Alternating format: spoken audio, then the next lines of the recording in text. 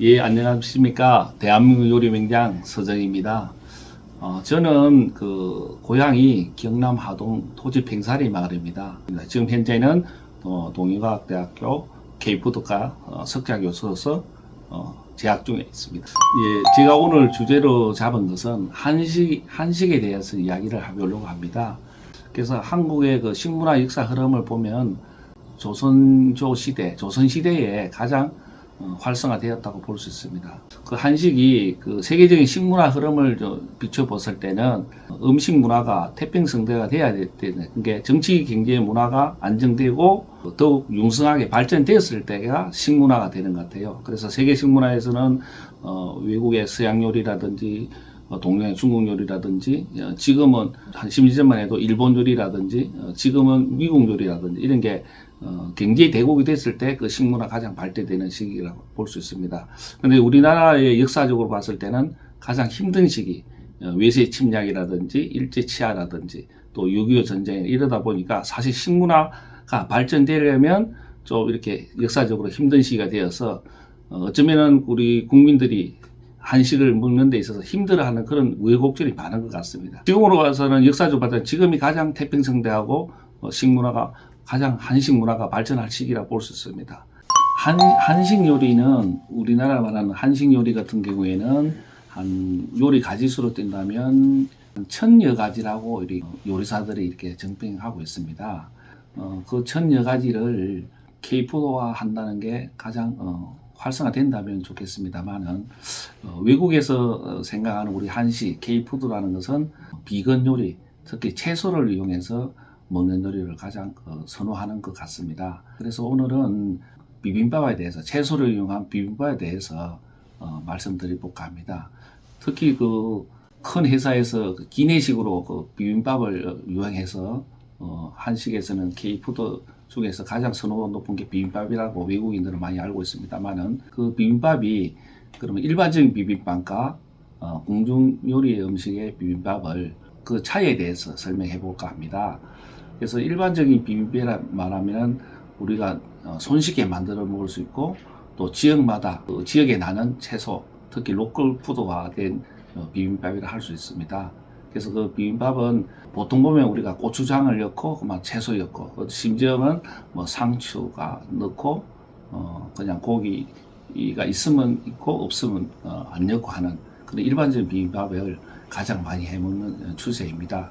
그래서 이제 그 비건식을 했을 때는 채소만 넣고 만드는 비빔밥을 선호합니다만은 어쩌면 그 또 제주도라든지 해안가에 있는 분들은 바다에서 난 해초를 가지고 비빔밥을 많이 만드는 분의 추세이고요.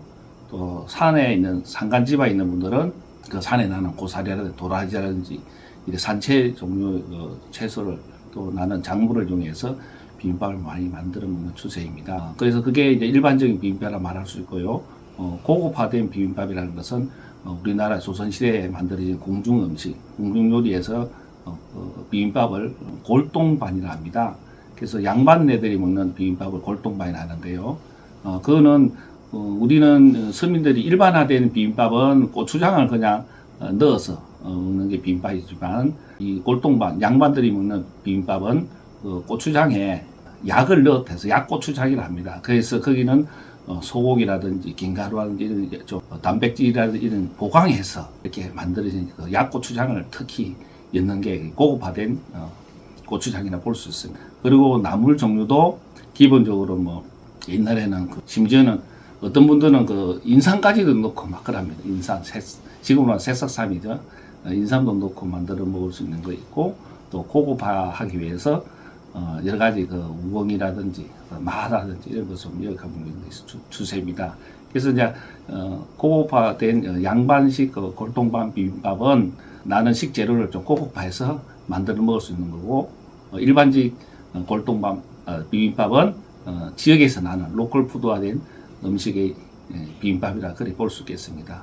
그래서 이제 우리가 차이를 둔다면 좋은 재료 식재료를 쓰느냐 또 고급화된 식재료를 쓰느냐 신선화된 식재료를 쓰느냐에 따라서 차이가 있는 것 같은데 그 비빔밥의 차이는 약고추장을 쓰느냐 일반 고추장을 쓰느냐에 따라 차이가 있다고 볼 수 있겠습니다. 지금 글로벌화 시대에 K푸드 음식에서는 비건 요리, 특히 채소를 이용한 요리 중에서는 골동밥, 비빔밥을 선호하는 추세이기 때문에 우리가 좀 더 고민해야 될 게 식재료 좋은 거 쓰느냐, 좀 고급화 쓰느냐 따라서 차이가 있다고 볼 수 있겠습니다. 한식이라 하면 특히 K푸드화 됐을 때에 외국인들이 알고 있는 또 K푸드를 그걸 수용하고 또 자기네들이 또 해석하고 있는 부분을 한 3가지 꼭지점으로 나눌 수가 있을 것 같습니다. 첫 번째로는 길거리 음식. 길거리 음식 하면은 우리가 떡볶이라든지 호떡이라든지 오뎅이라든지 로드푸드를 말하는 수 있고요. 두 번째로는 대중 음식. 우리 대중 음식에는 특히 치킨, 치맥이라든지 이런 것을 우리가 K푸드와 또 외국인들이 알고 있는 그런 것 같습니다. 세 번째로는 K푸드의 고급화된 한식, 궁중요리, 한식 궁중요리를 말씀드렸습니다. 그래서 3가지 꼭지점은 특히 길거리 음식, 대중화된 음식, 고급화된 음식, 한식 이렇게 나눌 수 있겠습니다. 그래서 우리가 K푸드가 글로벌 시대에 점에서 더 활성화될 수 있는 방안을 말씀드리고 싶은 이야기는 이런 길거리 음식이라든지 대중 음식이라든지 고급화된 우리 한식 궁중 음식을 이 서로 융합을 통해서 외국인들한테 알려야 될 것이고 또 그런 음식을 서로 잘 조화롭게 구성을 해서 또 상차림을 해서 외국에 알리는 게 K푸드화 하는데 K푸드화 활성화하는데 좋은 방안이라 생각하고 앞으로 K푸드가 외국인들한테 건강한 음식, 좋은 음식으로 비춰지지 않느냐 싶습니다. K푸드는 외국인들이 생각했을 때 건강한 음식, 행복한 음식이라고 좋은 이미지를 가지고 있습니다. 제가 또 생각하건대 한식 음식 K푸드가 세계인들에게 많이 알려야 되고 또 그게 우리나라의 음식을 또 수출할 수 있고 그 수출함으로써 우리가 일자리 창출이라든지 여러 가지 변화를 사회적인 극대화된 현상을 맞이할 수 있을 것 같습니다. 그래서 저는 우리가 동양식에서는 특히 한식에서는 식의주, 약식 동의라 이렇게 말합니다. 그래서 먹는 것을 먼저 생각하느냐, 입는 것을 먼저 생각하느냐 이런 게 있는데 옛날에 조선시대에서는 의식주화해서 입는 것을 많이 선호했다 합니다. 그래서 지금 시대에서는 식의주, 특히 선지 문화에서는 식의주를 가장 주장하고 있어요. 그래서 지금 시대에 우리나라가 경제되고 10위권에 접어들었을 때는 먹는 문화, 특히 식의주에 대해서 중점에 뒀을 때에 한국 사회가 지금 고령화 사회에 접었을 때 더 행복한 삶, 건강한 삶을 살리라 생각됩니다. 그러면 우리가 식의주를 통해서 어떻게 그러면 행복하게 살 것이냐. 그래서 먹는 것은 예전에는 우리가 조선시대에는 여성인들이 요리를 만들어야 된다고 선입견이 많았어요. 지금 시대에는 K푸드가 세계화되고 글로벌화 되려면은 우리 한식을 남녀노소 누구나 손쉽게 만들어서 먹을 수 있는 그런 요리 레시피를 정량화해서 활성화될 수 있는 게 글로벌화된 K푸드라 이렇게 생각이 듭니다. 그래서 이제는 어느 누구나 남녀노소나 누구나 만들어서 먹는 게 우리 세계화된 길이다 이렇게 생각되고요.